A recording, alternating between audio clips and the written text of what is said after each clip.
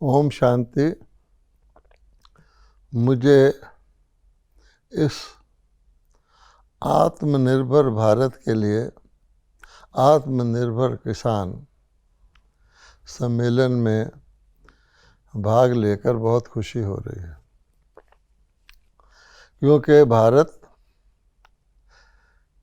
Agriculture प्रधान देश है और मनुष्य की सबसे बड़ी पहली रिक्वायरमेंट फूड होता है। एग्रीकल्चर और एग्रीकल्चरल प्रोडक्ट्स आत्मनिर्भरता के लिए बहुत आवश्यक हैं देश की। इसलिए ये बहुत ही एप्रोप्रिएट विषय है जिस पर आप सब लोग मनन चिंतन करेंगे कि किसान को आत्मनिर्भर बनाना बहुत आवश्यक है। लेकिन ये शब्द आत्मनिर्भरता एक अन्य बड़ा मायना भी रखता है कि हम आज आत्मनिर्भरता को शारीरिक तौर की जो चीज़ें हैं उसको प्रोवाइड करने को गिनते हैं, लेकिन आत्मनिर्भरता ऐसी चीज़ है, अगर सचमुच हम सच्ची आत्मनिर्भरता जीवन में ले आएं तो भारत सदा के लिए ही आत्मनिर्भर हो सकता है। क्योंकि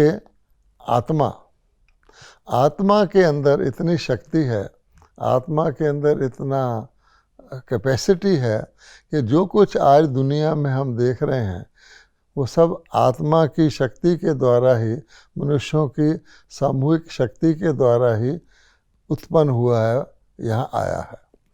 और जब हम आत्मनिर्भरता कहते हैं तो आत्मनिर्भरता वास्तव में परमात्म निर्भरता से अगर जोड़ दी जाए, क्योंकि परमात्मा की ये सारी दुनिया रचना है और परमात्मा ने जब आत्माएं संपन्न थी, बिल्कुल संपूर्ण थी, जिसको हम कहते हैं प्योर थी, ट्रुथफुल थी, यूनाइटेड थी, तो उस समय भगवान ने जब ये दुनिया रची थी तो कहा जाता है कि God created man in his own image. तो इस दुनिया के अंदर संपन्नता थी, संपूर्णता थी, क्योंकि परमात्मा जो क्रिएटर है, जो ऑलमाइटी है, जो सर्वशक्तिवान है, सब कुछ दे सकता है, उसने ये दुनिया हमें दी थी। और भारत के अंदर तो हम जानते हैं कि भारत सबसे ऊंचा महान देश गिना जाता है। इसको गोल्डन स्पैरो कहा जाता था, सोने की चिड़िया, और इतना संपन्न कि दूध घी की जैसे नदियां बहती हैं, और इतना धर्म पर चलने वाला, अहिंसा परमो धर्म पर, कि शेर और गाय भी एक घाट जल पीते थे। अगर हम आत्मनिर्भरता का ये गोल्डन स्पैरो मॉडल लें तो आप देखेंगे कि सीधा इसका कनेक्शन परमात्मा के साथ जाता है कि किसी को भी आत्मनिर्भर बनना हो तो परमात्मा के साथ अपना स्नेह युक्त संबंध जोड़े, क्योंकि हम हैं ही परमात्मा की संतान। और उससे पहली शक्ति जो हमें मिलती है वो यूनिटी की, एकता की मिलती है, और एकता में बहुत बड़ा बल है। अगर सभी आत्मनिर्भर हो जाए, सभी परमात्मा के साथ अपने आप को जोड़ेंगे तो सबकी एक मत हो जाएगी, तो दुनिया में ये जो डिविजन्स हैं और ये जो लाइंस हैं वो ख़त्म हो जाएंगी। और जिसको हम आज आत्मनिर्भरता कहते हैं, एक देश को आत्मनिर्भर बनना है, उसकी बजाय सारी दुनिया ही एक हो जाएगी। क्योंकि वास्तव में आत्मनिर्भरता का मूल जो दृश्य दिखता है वो ये है, वो एक परमात्मा, एक विश्व परिवार और एक विश्व।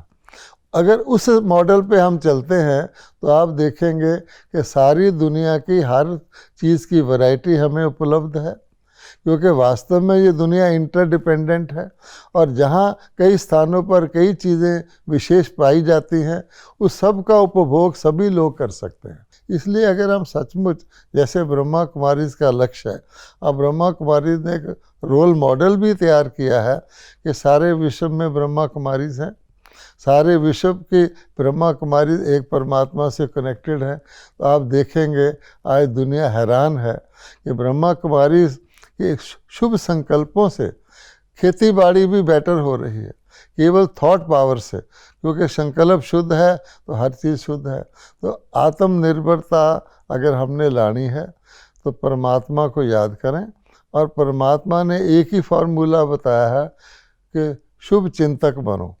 अगर हम सभी शुभ चिंतक बन जाएं तो शुभ चिंतक का मतलब है हमें एक दूसरे की कॉपरेशन मिलेगी, एक दूसरे विरोध भाव खत्म हो जाएगा, कि कोई किसी को धोखा देने का प्रश्न ही नहीं पैदा होगा। तो जब धोखा देने का प्रश्न नहीं पैदा होगा तो आत्मनिर्भरता का यही असर होगा कि सारा विश्व हमारा है, हम सारे विश्व के हैं, और जो जिसकी बेस्ट एबिलिटी है वो हर एक को अवेलेबल हो जाएगी, और इसी को दुनिया स्वर्ग कहते हैं।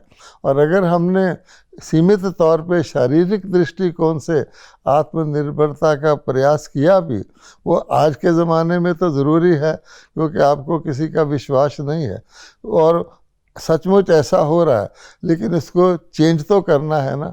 इसलिए अन्य प्रयासों के साथ साथ यदि हम ये भी सोचें कि हम अपने मन के अंदर शुभ चिंतन करते रहें, शुभ चिंतन भी आत्मा की शक्ति को बढ़ा देता है, और अगर आत्म शक्ति है तो निर्भरता की परिभाषा भी बदल जाती है। मान लीजिए किसी को किसी समय के लिए कुछ नहीं मिलता, लेकिन उसके अंदर सहन शक्ति है, तो उसको वो आसानी से उस पीरियड को पार कर लेता है। अगर किसी वक्त किसी व्यक्ति को कि कोई कुछ तंग करता है और वो उससे डिस्टर्ब हो जाता है, लेकिन अगर उसके अंदर समाने की शक्ति है तो वो हर चीज़ को संभाल लेता है, तो भी आत्मा उसकी इंडिपेंडेंट और खुश रहती है। तो आत्मा की शक्तियों को बढ़ाना वो बहुत इम्पॉर्टेंट है आत्मनिर्भरता को बढ़ाने के लिए। और ये हम देखते हैं कि आत्मा की क्वालिटी के अनुसार प्रकृति भी उसके साथ व्यवहार करती है। श्रेष्ठ आत्माओं की प्रकृति के अनुसार प्रकृति उसकी दासी बन जाती है। ये खाना पीना रहना सहना प्रकृति उसको सहयोग देती है। इसीलिए कहा गया कि शेर गाय भी एक घाट जल पीते थे और दूध की नदियाँ बहती थी। आज तो पानी की नदियाँ भी नहीं है, पानी भी बोतल में पी रहे हैं हम।